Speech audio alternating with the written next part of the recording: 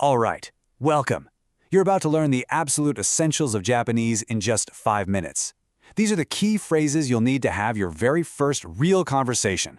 So, let's dive right in. So, have you ever wanted to speak just a little bit of Japanese? Maybe you're planning a trip, or you're a huge fan of the culture, or hey, maybe you're just curious. Whatever the reason, you are in the perfect spot. I know, starting a new language can feel kinda scary, but trust me, we're going to make this super easy. Okay, so our goal here is super simple and, most importantly, practical. We're not trying to make you fluent overnight. That's not the point. The point is connection. We're giving you the keys to unlock that very first real conversation with someone. So here's our game plan. We'll kick things off with first impressions. Then we'll cover common courtesy. After that, asking and answering, then how to express yourself. We'll talk about using these phrases out and about, and we'll finish up with a little bonus section on sounding like a local. Let's get to it. All right, Section 1, First Impressions. You know, every single conversation has to start with a hello, right? Well, in Japanese, which hello you use actually depends on the time of day. So let's learn the big 3 you'll absolutely need. Okay, let's kick it off with the one you've probably heard a million times. Konnichiwa. This is your classic all-purpose greeting for pretty much the whole afternoon. It's simple, it's effective, and literally everyone will know what you mean. It's your go-to. But what about the morning? What do you say then? For that, you're going to use Ohayo gozaimasu. This is your standard, polite good morning. It's what you'll use from the time you wake up till about noon. Go on, give it a try.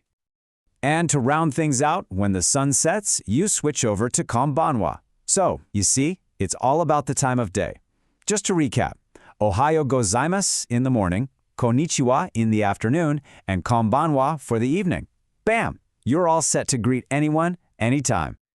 Okay, so you've got your greetings down. Now let's move on to something that's, well, it's absolutely crucial in Japan. Politeness. Seriously, these next phrases are non-negotiable. First up, the big one. Arigato. It just means thank you. And you will be saying this all the time. Someone gives you change? Arigato. Someone holds a door? Arigato. It's really the most fundamental way to show you appreciate something. Okay, now this next one is super important because it can be a little tricky. We have 2 words that both kind of mean sorry. On one hand, you have sumimasen. Think of this as your all-purpose polite word. Need to get a waiter's attention? Sumimasen. Gently bump into someone? Sumimasen.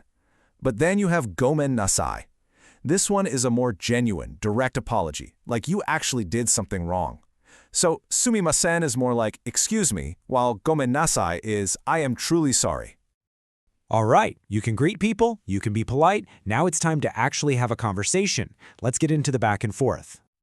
So, a classic way to ask someone how they're doing is "O genki desu ka?" It's the standard, polite, "How are you?" That "ka" at the end is what makes it a question. Now, you probably wouldn't just ask a random person on the street this, but if you've just met someone, it's a perfect follow-up to "konnichiwa." So how do you respond? Well, one of the most useful words you can learn is daijoubu. It can mean I'm okay, but it's also used for it's all right or no problem. Let's say a cashier asks if you need a bag. You can just say daijoubu to say, no, I'm good. It's super versatile. You know, a good conversation isn't just about talking. It's about listening and showing you're listening. To let someone know you're on the same page, you can say wakarimashita. It's just a clear, polite way of saying I understand or got it. This is a lifesaver when you're getting directions. Okay, let's spice things up a bit. A conversation is more than just trading information, right? It's about emotions and reactions, so let's learn how to express ourselves. Here are a few super quick reactions. See something cool? You can say, "ii desu ne." That means, that's good. Or if it's really awesome, you can go with sugoi, which is like, wow, or amazing. And if something catches you off guard, biguri shita. I was surprised. Dropping these into a conversation shows you're actually listening and engaged. All right, theory time is over. Let's take what we've learned and put it to use in the real world. These are the phrases you'll actually need when you're out and about, maybe in a shop, or just exploring the city. So, you want to buy something? It's as easy as 1, 2, 3. Step 1, get their attention.